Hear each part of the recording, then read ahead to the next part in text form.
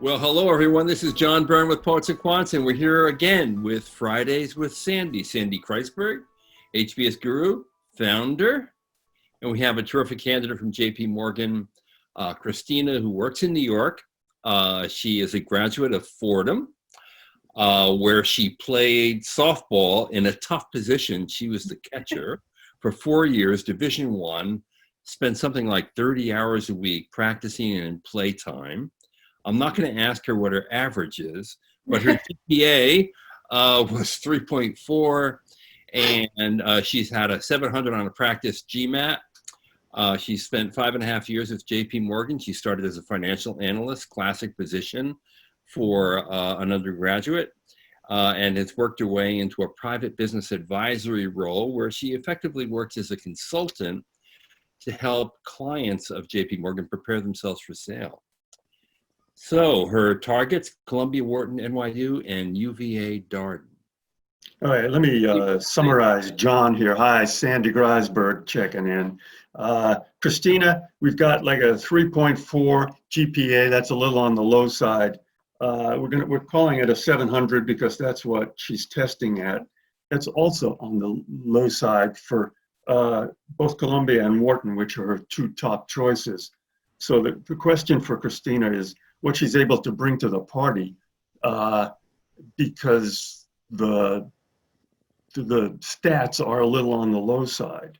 And what she brings to the party is working at JP Morgan for 6 years in a number of roles of increasing responsibility in the wealth management group and the private banking group.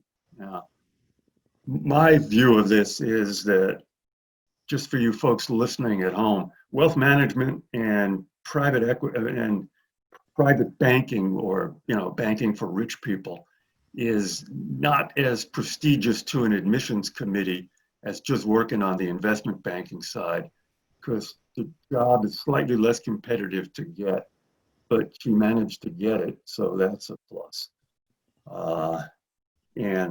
Christina, why don't you, let's pretend you're having an interview and they say, hi Christina, could you tell me what you do and describe like a outstanding accomplishment in the past 2 years? Sure. So I work within JP Morgan's private bank, and obviously clients, they as Sandy alluded to, are of a certain size and scale and their net worth.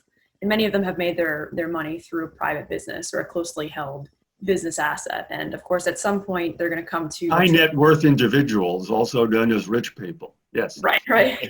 And so at some point, they really have two transition pathways. The first is sale. So they want to cash out. They want to monetize the asset, move on to greener pastures. The other side is transitioning onto a child, or someone else in the family. And so we would work with them to put in the appropriate structures to pass it on in an efficient way. Also, advising on corporate governance and things that they should be considering. And of course, the third one is death, which they have to go with either one of those first two transition options. Okay, so tell me about this deal on your resume. The first one, selected transaction experience, $141 million transaction. Boy, that's could be either side for telecommunications company. Yeah, so if it's not, to the extent you can. Right, sure. So, it's a client who never considered selling their business. Was able to pull significant cash from it every single year, and a competitor. Do you help find these people? No, that seems to be the trick. Right, they're all either clients or prospects of a private banker. And then we're brought into these relationships because obviously it's a significant liquidity event. And so if we can capture most of that money in motion, it's a big win for the private bank. So in this particular case, this owner never considered selling the business, had a competitor move in locally, and they already had the infrastructure built that it would have been too costly for the competitor to build. So they brought in, an outsized offer. They wanted to buy it. And now the business owner was faced with a critical decision where, now all of a sudden I'm considering selling my business. I never thought of that before. So you're in the hand-holding role for people who are facing very often a once in a lifetime or a very important decision. Right. And we So you're, speak with so many business owners. We see so many deals a year that we have a really good pulse on what's going on in the market. So we can say whether, let's say, something in their letter of intent or their deal looks a little bit off, or they should, work with their legal counsel or advisors to push for certain aspects to have a better outcome for them. Okay, so that's your story, and it can be presented very powerfully as involving a lot of roles, including quantitative roles, qualitative roles, hand-holding, sales, finding clients. So you actually do a lot more than most just investment bankers your age. They're kind of holed up doing spreadsheets all the time. Right. So that's great. And you're okay. Drum roll, please. Okay, we got the 3-4, and we're calling it a 700 GMAT. Man, I think, and you're a non-underrepresented minority. Well, I take that. Do we count as minority? John, give me a check here. Well, I mean, schools are racing toward gender parity, and I think that is a big advantage for. So the woman is a plus. Okay. Yep. I sit correct. And she's personable. She's articulate. She's smart. She's worked hard for what she's got. The sports thing is very important. People in admissions love. So this is good cop, bad cop, but you're making me the bad guy here. all that's true, John. But let me hey, ask what's your post MBA goal, though? How important is it? Well, my goal is, I really enjoy working with these clients and helping them on these deals, but I always like to think about what makes these businesses a good investment in the first place. And so I'm really interested on the investing side. And I think it's a natural transition to private equity or venture capital. My goal with an MBA is to kind of put a bow around the foundation that I've already built and round out my background to move into that field. Okay, so you want to stay in finance, which is why you have Columbia, Wharton, NYU right at the top there. Right. Mm-hmm.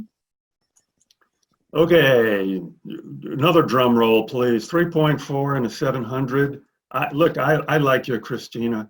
John likes you. You're not getting into Wharton. Those numbers are just too low for them. John, do you concur? I think Wharton may still be worth a Hail Mary pass. I would agree that the odds are. Oh, yeah, agreed. So it's a Hail Mary situation. Yeah. What happens if, let's say I take the GMAT and I do really strongly ahead of, what I've been practicing at. I come in at like 720, 730. Does that change the case at all? Or do you think the GPA still holds me back? No, you have a good reason for the GPA. That's not a problem. What do you think? 740, 730 for Wharton? And let me tell you something. 750 could make a difference because these people are slobs. The admissions committees, they are number. I'm not going to say the word, but it begins with a W. Okay, they really go for big numbers, and a 750. With your natural likability and quite solid, you're working for JP Morgan and everything else is pretty solid. 750, you could dream about Wharton, and I think it would really help you at Columbia. Got it. Unfortunately, I don't think you need both. Here's the bad news. The GMAT is really counts for you. Right. Yeah. Which really you really need like a 7 in front of it. Are you prepared to take it a number of times? Yeah, I would do that. You get that. That's the test of how much you want it. That could be the test of how badly you want it. Got it. Really. I think NYU would like someone like you. Sandy, on a 700, what are her odds at Wharton? With a 700 GMAT, her odds are 20%. Okay, and if she got a 730, what are you looking at? 35%. Really, and if she got a 750? Same thing, but more so, if you know what I mean. It's hard. Yeah, I know what you mean. So that's why, because 750 is a big leap, but a 730, you could do a 730. I know you can. I know how Here's some tough love. Take plate. it. I know you can do at 7:30.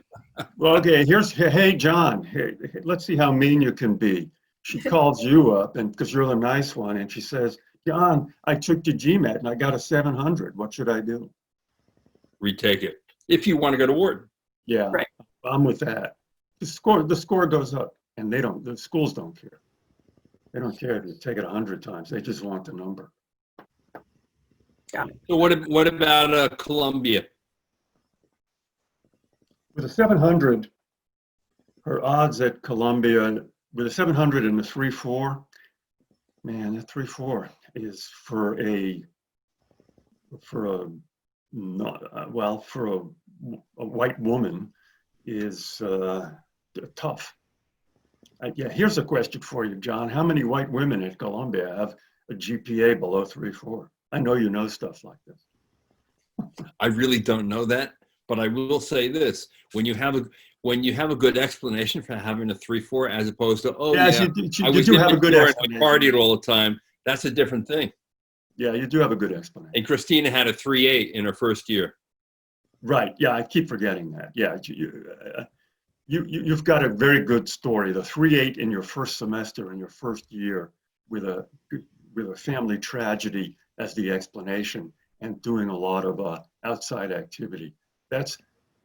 These people don't buy many GPA stories, but that's one they will buy because the 3.8 first semester is so rare.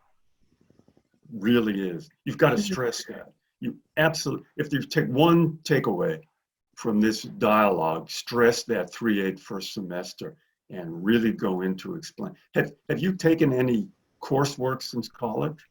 No, I haven't taken additional coursework. The only thing I've really progressed towards is my CFA. CFA, yeah. All right. Okay, let's wrap this up. So I think your chances, let's say give you the 700, okay? I think your chances at Wharton are really outside, real reach. I think at Columbia, you could help yourself with perfect execution, getting I take it your recommenders are real fans and they work closely with you. Right, yes. Yeah, those recommendations have to go beyond the usual recommendation. I don't know if they could make a phone call. I don't know what their relationships are with the school. Do your recommenders have the MBAs? No, they don't. They have law degrees. Yeah. Okay. One from Columbia. I don't know if that makes a difference, but. In this context, no. So and at NYU, you should get in, don't you think? The real question, what do you think of UVA, John? I'm not that familiar. I love UVA. I think it's a great place. And frankly, I'm just a personal opinion of all these places. That's the place I'd want to be. Now, why? Close-knit culture, incredibly collaborative. Case study, which I believe in case study teaching. Best teachers in the world in an MBA. Yikers, John knows. John world. visits these places. School. I'm serious. John Byrne would over prefer a quarter of a century proves it. Okay, they got the best teachers in the world. Good. You would thrive there. It's a great environment. And given her goals, they can come true out of UVA. Absolutely, right? A lot of UVA people go into finance, no problem. The other thing I would suggest is looking at Yale, and I would look at Tuck. Okay. I know you want to be considering both of Yale those. and Tuck, very strong. Tuck goes for athletes. Very finance friendly people, alums in very powerful places from Yale. And you'd like it too. Yeah. Yeah, Tuck's a good suggestion. Glad you're part of this call. On your list. Yeah. Okay. Well, hey, Christina, good luck. I want to know one little thing. In your 4 years of playing softball, what was your batting average? All I can say is it's a good thing that's not one of the metrics I'm being evaluated for. You must have been a hell of a good catcher then. She was a catcher. No, defense is really my strong suit. That's wonderful. Okay. Shalom. All right. Good luck to you. Good luck to everyone else out there. Sandy, thank you. Christina, thank you for sharing your story. This is John Byrne with Poets and Quants, Fridays with Sandy.